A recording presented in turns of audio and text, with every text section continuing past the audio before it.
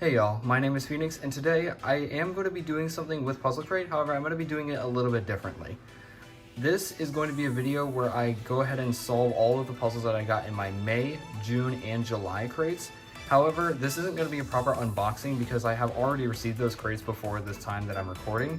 And I ended up having to redo both the May and June videos because the May video did not do very well because I was in the process of editing it and I realized that the framing was really bad. You could not see anything that I was doing. And I chose to redo the June crate anyway for the sake of consistency, and I didn't actually get a chance to film the July crate. So this isn't going to be a proper unboxing. However, I will be solving all of the puzzles that I got in those 3 crates. So let's not dilly-dally.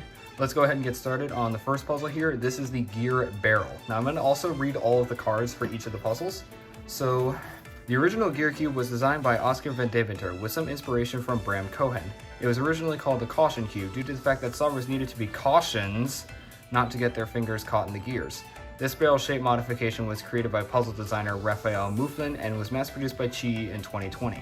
This gear barrel is one of the smoothest gear puzzles on the market. It solves just like the original gear cube and has a satisfying feel when turning. Enjoy!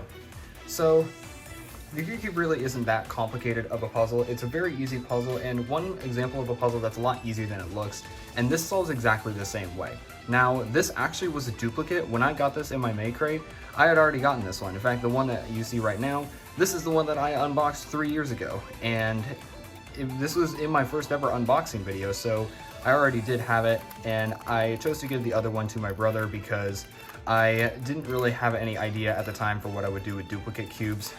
Here's hoping that I don't get too many more of them over the course of this next year.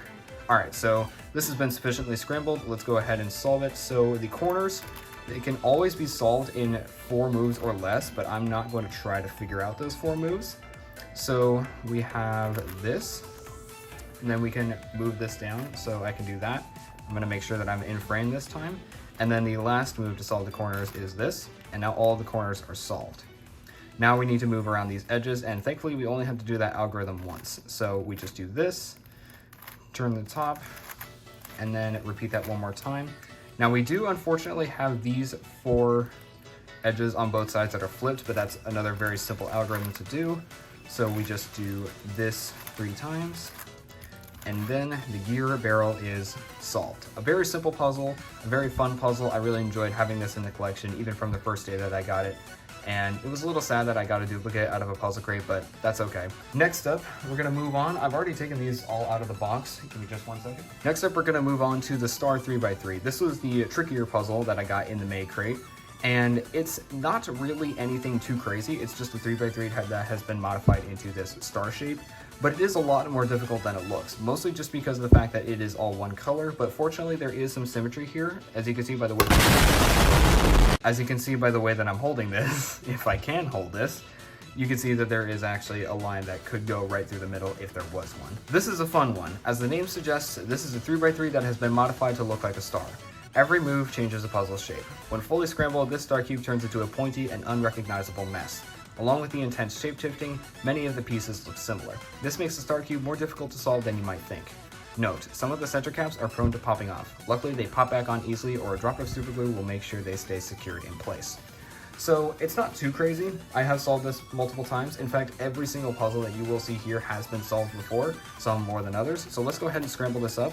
This looks like a mess. So I think now this is sufficiently scrambled. Let's go ahead and start solving it. So the first thing that I like to do is I like to turn up all of the centers so that they're all facing the right way. And I start with one of the flat faces first, and then the middle layer is all these jagged edges. So I'm gonna go ahead and turn all the centers up, so now they're all facing the right way. Now I'm gonna start putting in all of my edges. So I think this, actually hang on, this one goes here. And then this one is going to go in here, just like this. I'm gonna try to keep this as concise as possible. I might be cutting some stuff out, so do pardon me if that does happen. So that is our cross done. Now we need to go ahead and get all of these corners.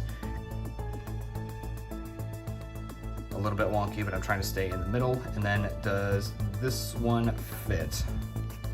Yes, it does. So there is our top layer, or our bottom layer done. Now I'm going to go ahead and just do beginner's method to put in these edges, because the way that the pieces are shaped, I don't really think it's that easy to do F2L.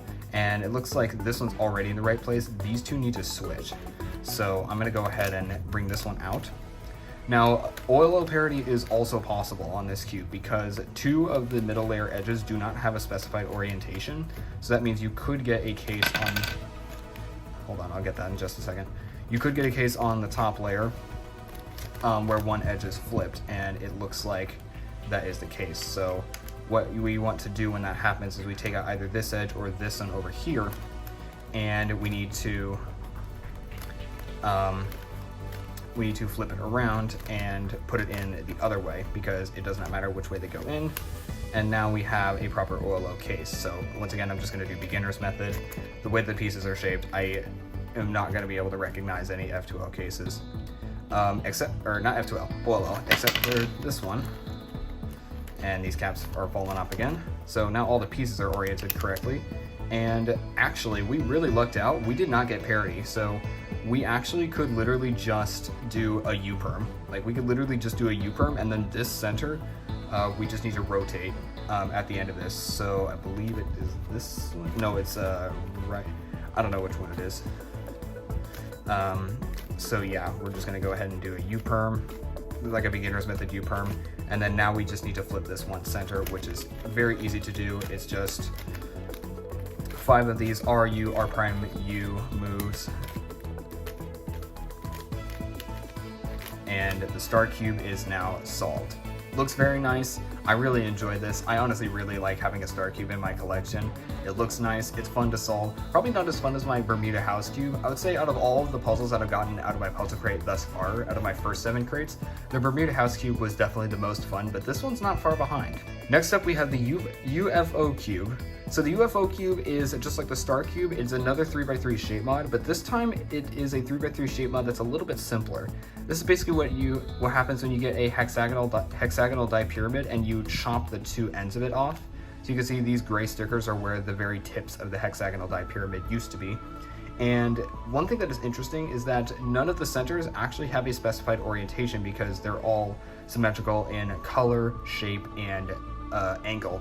Because if a center is asymmetrical in shape, color, or angle, it's not going to be oriented correctly if you put it in a different direction. So this does not have any extra center orientation steps, but it just takes a little bit of wrapping your head around it, although not really that much, because every edge has the 2 colors that would go right next to the center. So also known as the flat diamond or diamond tank cube, this puzzle is a shape modification of a 3x3 puzzle. The origin of this puzzle is not exactly clear, but this mass-produced version was released around 2011. Scrambling the UFO cube can seem scary at first due to all the different cuts. However, once you wrap your head around how it moves and what pieces are the centers, corners, and edges, the puzzle can be solved without too much difficulty. Knowing how to solve a normal 3x3 puzzle will greatly improve your chances of success. We recommend a few drops of lubricant if your puzzle is a bit catchy. Enjoy! This one's going to be a very fun one since it's very simple. It's also very compact. I do like that, so it doesn't take up a lot of space on the shelf. I think this might have been made out of a mini cube now that I think of it. So it's a little difficult to actually scramble properly because a lot of the colors are quite similar, so I'll call that sufficient. It probably isn't, but I'll go ahead and call it sufficient for now. So we're gonna start with the white face. So we're gonna do that. There's our white and orange edge. This one with the blue side. And then once again, we don't have to worry about actual orientation. I'm not gonna do F2L for this because I'm not gonna be able to recognize the pieces very well. So I'm just gonna do beginner's method to put in the corners. These corners as well. Actually, no, I don't need to do PLL. I can just do Nicholas. So these corners right here, the gray corners, they don't have a specific orientation because they're symmetrical on 3 axes.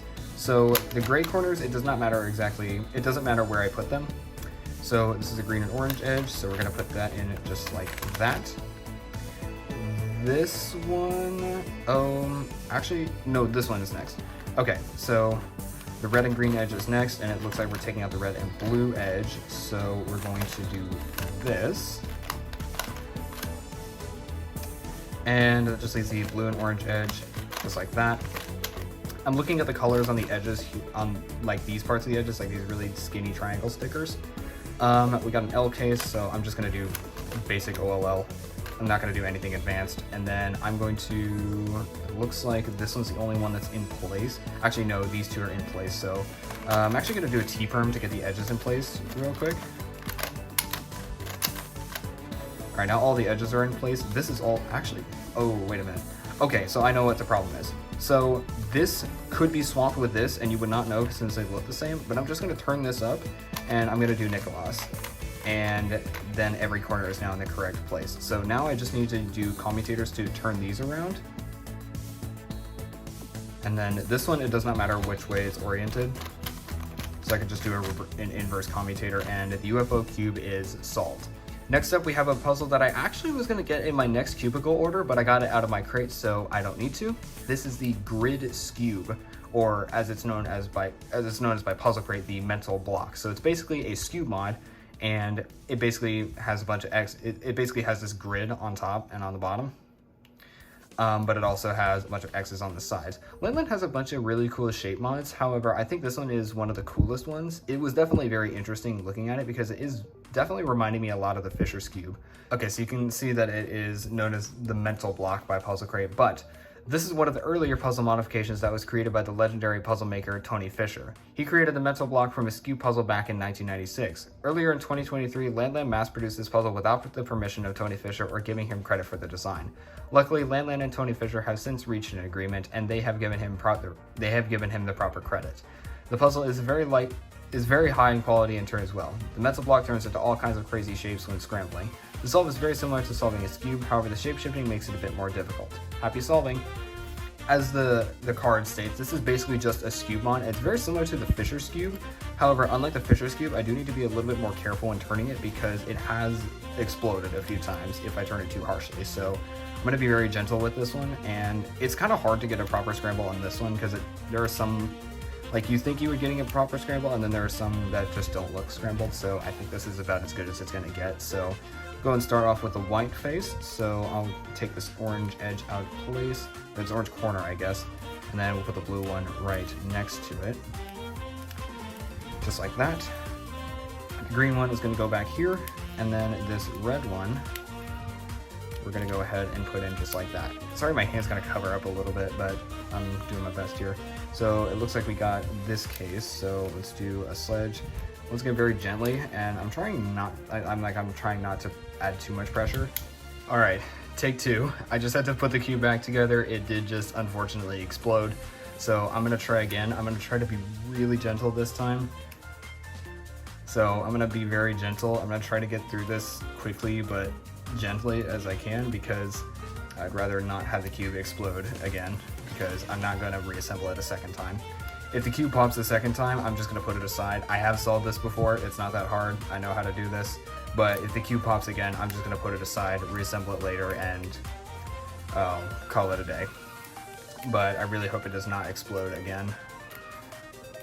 So we now need to do another sledgehammer. We do a bunch of sledgehammers. I gotta do this. To say I gotta do this slowly is an understatement. This takes a while. Okay, so it is now these three centers that need to be solved, so I can just do 6 sledgehammers and 6. Alright, thankfully it did not explode again that time, so this was definitely, like, it doesn't happen often. It really only explodes if you turn it too harshly, but I would advise if you do get this one, please use with caution. Alright, that is it for the June crate. So now we're on to the July crate, and with the July crate, I got both of these octahedron puzzles. So first up we have the Skube mod that was made into an octahedron, otherwise known as the Skube Diamond. So it is very similar to the mod that we just talked about, also a Landland branded puzzle, even though their logo is not on the yellow side like it usually is. Here we have one of the original Skube modifications. In 1991, Tony Fisher modified a Skube into this octahedron shape that looks like a diamond from the proper angle. Then in 1999, Uwe Meffert began mass producing this puzzle. This particular version is made by Landland, and the quality is great. Jeez, I can't talk today, can I? Each turn clicks nicely into place with a satisfying click. It can be difficult to keep track of which piece goes where due to the puzzle's octahedron shape. Luckily, knowing how to solve a normal Skube will greatly improve your chances of solving this puzzle. So this is not a hard puzzle by any means. It's actually really fun. This is a lot more fun than last time. And when I'm done with this, I'm actually going to keep it on the desk with me because I will be needing to use this as reference because the next puzzle is going to be a little bit wonky. The next puzzle that I'm going to bring in is going to be the hardest puzzle that I solve in this video. So let's quickly scramble this up. I don't need to worry about like the corner rotation for this one, so that makes it a lot easier, but center rotation actually does matter. And I apologize if you can't hear my words right now because this puzzle is so dang loud.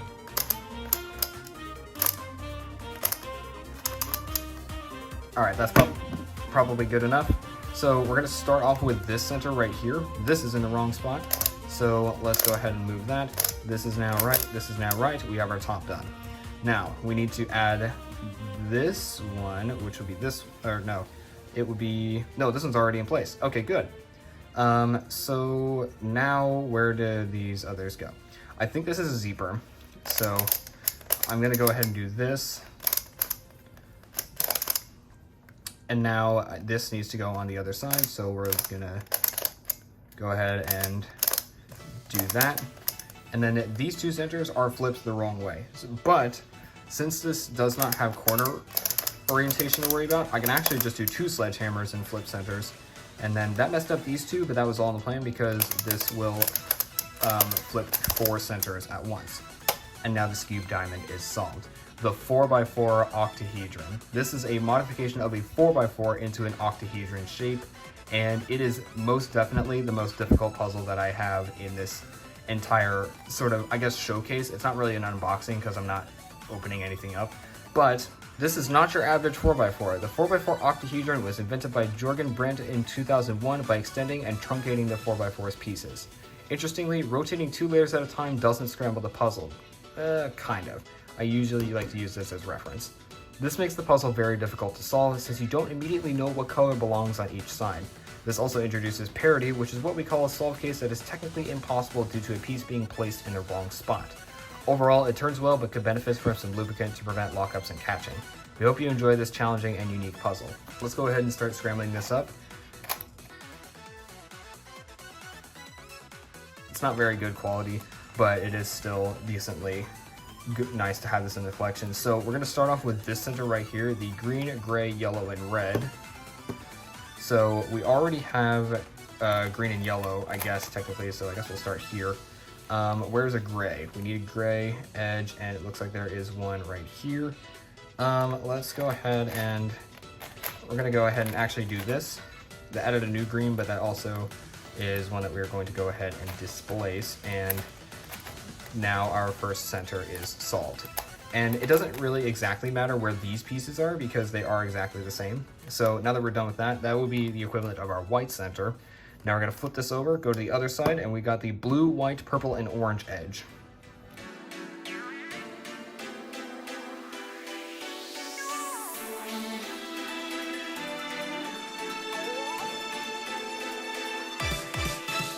Oh, I did this in the wrong spot. Oops.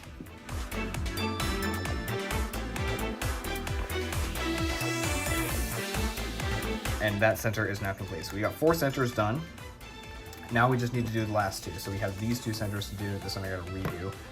Now I'm gonna do this one first because I can just use a basic 4x4 center swapping algorithm to get the last one done. And since I don't need to do any, commutators, I don't need to exactly squeeze any edges in. So this is correct. And this is also correct. So let's see. Do I even have to do it? And now that turned into, yep, that turned into a 3 cycle. Now I gotta remember how to do my 3 cycle. Oh no, that didn't, and turned into a 2 again. Shoot, I do not know how to do this. Turn that the right way, and now it's a 3 cycle. Okay, good. Let's see if I remember how to do this. Did that do it? I think that might have done it. Okay, what was the one that didn't move? Yellow did not move. Okay, so I technically did that correctly, but I did not do that in the right orientation. So I'm gonna do that again. Did I mess anything up? I think I might have messed something up. Oh no. I think I did that wrong. That's not good. I'm gonna go ahead and turn the camera off. I'm gonna get the centers done, and I'm gonna turn the camera back on. I'll see you in a couple minutes.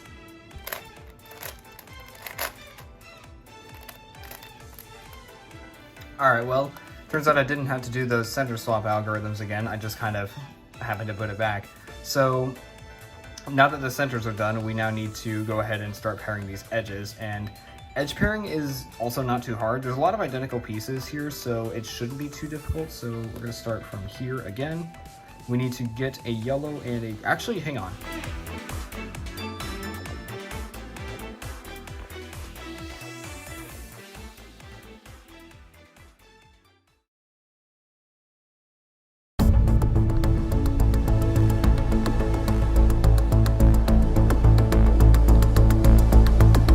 This gray needs to go with a blue. So this blue, I'm gonna go ahead and add into this slot. And then this gray, I'm gonna actually go ahead and just sledge it in. I'm gonna leave this, or I'm gonna do my best to not mess this edge up because I will be needing it later. This edge I don't want to mess up, this edge I don't want to mess up. Really none of these edges I want to mess up. But I do believe I can just sledge this one out, and then I think that's all the edges solved now. So I'm gonna go ahead and start permuting everything. It's a little difficult to wrap my head around this for me, but I think with enough solves and enough practice I might get better at turning this thing. But I think with enough practice and whatnot I can get a little bit better. Let's hope I don't have any duplicate pieces. It takes a lot of effort to turn, but that's all right. Okay, so let's see how our edge orientation is. This one is good. This one is not good. I don't think this, and I don't think these two are correct either. So I think we might have gotten OLL parity. I'm not really sure. I don't think it's too bad on this one. Yeah, these two. Okay, yeah. I think we got both OLL and, no, not PLL. I'm gonna go ahead and flip this one. I hope I did not get lost there. I might have though, unfortunately. No! Okay, so there's our first two layers done. Let's go back to this and see what we got here. I'm gonna do a lefty soon.